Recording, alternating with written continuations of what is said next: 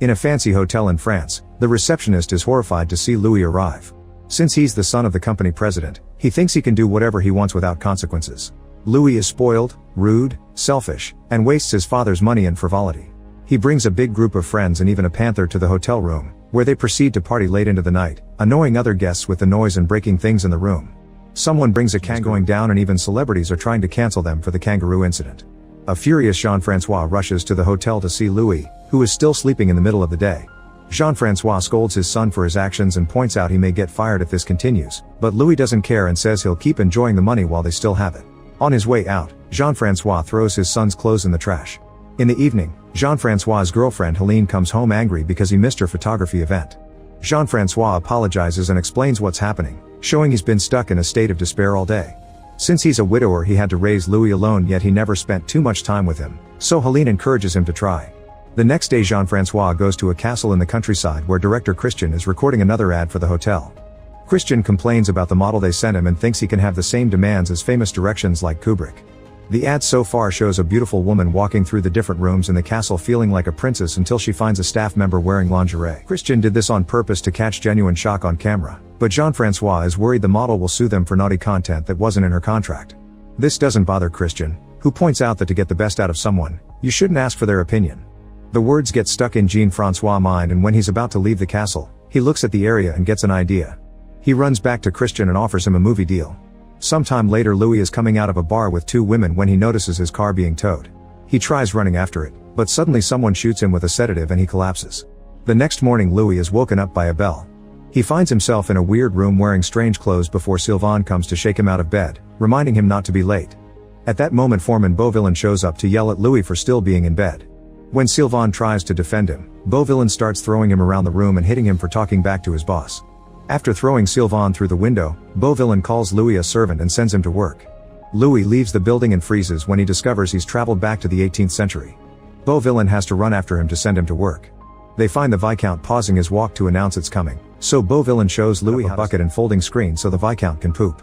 When he's done, the plague doctor closely inspects the poop and gives a full analysis, complimenting the shape and the smell. Supposedly this proves the Viscount is healthy. Thinking he's surrounded by weirdos, Louis tries running away. He crosses the field and makes it to the forest where he finds a pack of wolves blocking the way.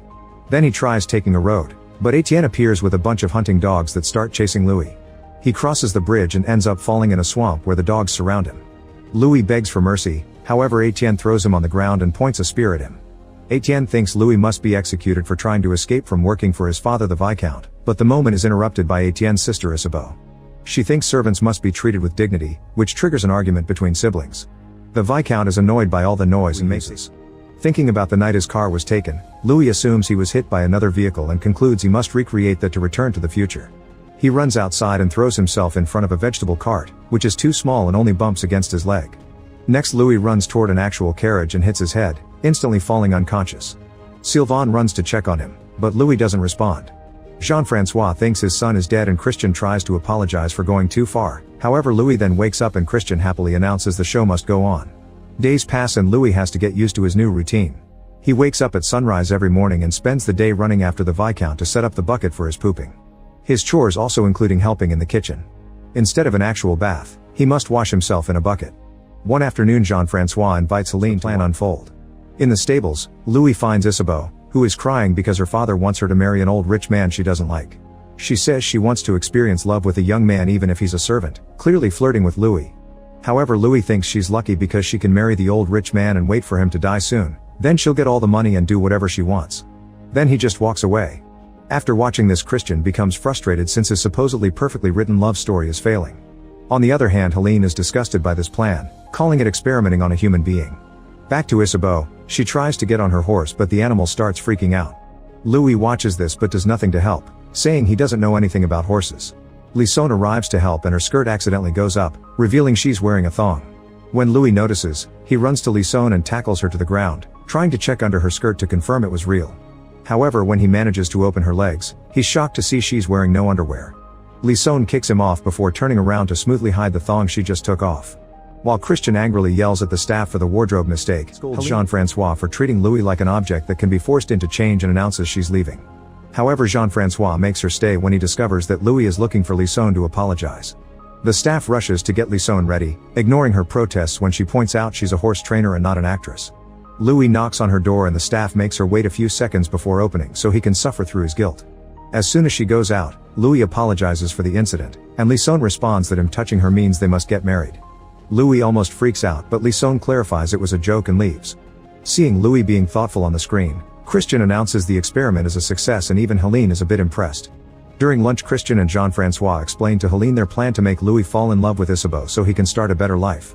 Helene thinks they're idiots because Louis clearly known, but her ideas are ignored. Sometime later, Sylvain drags Louis to a traditional festival in the forest. Louis hates the old-style music and teaches the band to play a modern song. Then he convinces everyone to get in a conga line. Jean-Francois gets emotional because this matches a moment from a birthday party Louis had as a kid. Isabeau attends the festival as well and asks Louis to teach her how to have fun before she gets stuck in an unwanted marriage forever, but Louis ignores her and goes looking for Lisson instead. Helene points out she was right about Louis' feelings, yet Christian refuses to give up.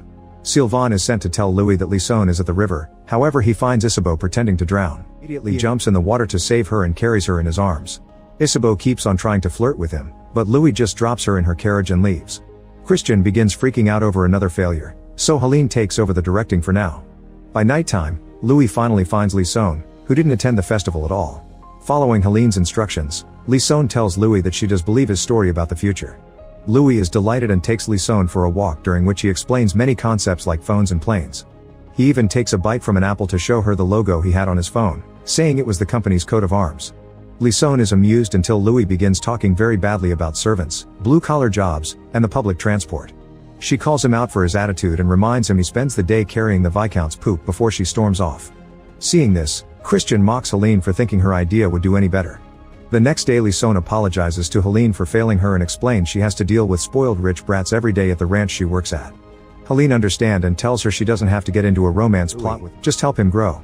Christian is still annoyed, so Jean-Francois assures him he's still in control and Helene is just a consultant. When Lisson tells Etienne that she'll keep acting as Louis' friend, Etienne freaks out thinking she'll have to kiss him or worse. However, Lisson thinks his jealousy is a lie and Etienne is actually angry that she's obtained a more prominent role than him. That night, Louis asks Sylvain how to romance a woman the old-fashioned way. Sylvain tells him he must be like a bear and release all his raw masculinity, then he proceeds to teach him the bear dance. It's very naughty but also absolutely ridiculous. The next day, Louis sings a song for Lisson using her name and many compliments, also apologizing for his attitude. He does the dance while he sings, actually making her laugh and impressing her with his sincerity. Afterward, Louis thanks Sylvain for being a true friend, even calling him brother. In the middle of the night, Jean-Francois dresses up and says his father is gone and he chooses not to give Louis the promised reward before throwing him off the chair. Forgetting he's supposed to be acting, Etienne accuses Louis of wanting to take Lisson from him and mocks him for being a servant while throwing wine at his face. Helene is horrified again, but Christian thinks this makes for a good twist and allows it. Then Louis stands up and looks like he's about to rebel against Etienne only to leave the room. Christian and Jean-Francois are disappointed, however Helene this time is impressed. She points out that Louis is finally accepting consequences for his choices instead of being a complaining brat. Later, Louis visits Lisson and asks her if she's okay with befriending a bathroom servant, so she assures him he's fine. That night, Louis receives Lisson in his room with a modest meal he made himself by learning from the kitchen staff. Helene is proud, but Christian thinks this is turning the story boring. The following day, Lisson and Louis go for a walk and see a bird behaving strangely in the sky. Since it's the drone malfunctioning, Christian asks for a distraction. Lisson pushes Louis on top of the hay and kisses him until the drone is retrieved, then she leaves without a word. Christian and Jean-Francois celebrate, however Helene thinks they should stop this before it escalates since nobody should start a relationship based on lies. Helene and Christian argue over how to proceed, and since Jean-Francois refuses to take sides, Helene says he's gone too far. This causes Jean-Francois to order Christian to finish the show. For the last act, Christian makes Vikings appear in the village. Louis wants to run away to safety, but Sylvain tells him Lisson may need him. He rushes back to the village and discovers that the Viking leader has chosen Lisson as his wife. Lisson begins crying for help, however Louis is too afraid and walks away. He's about to get on his horse when he notices the bird drone flying above him. Seeing it as a sign, Louis grabs the thickest stick he can find and rides back to the Viking camp, where he starts knocking all the poor actors out. He's so proud of himself that he almost attacks Beauvillain too, but Lisson stops him just in time. She gets on the horse with him and together they ride into the sunset. Soon they reach the road and Louis is shocked to see Jean asking Helene not to leave while surrounded by cars and guards. Before he can react, Louis is put to sleep by a sedative dart. Sometime later, Louis wakes up in a hospital. He's told he was in a car accident and in a coma for 3 months, so he assumes everything was a dream. Now he's depressed and doesn't party anymore. One afternoon Sylvain sees him, but he can't talk to him because of a contract clause. That night Louis has a drink with his father, who reveals he quit the company and now he feels lonely. Louis tells him all about his dream and how it felt so real, asking his father to believe in Helene. Moved by such a strong love, Jean-Francois to tell Louis the truth. In the morning, Jean-Francois takes Louis to the ranch where Lisson works. The couple reunites and rides into the sun to share a kiss. Meanwhile Jean-Francois visits Helene to try to repair their relationship. Sometime later Christian begins a new business by putting rich kids in historical sets to teach them a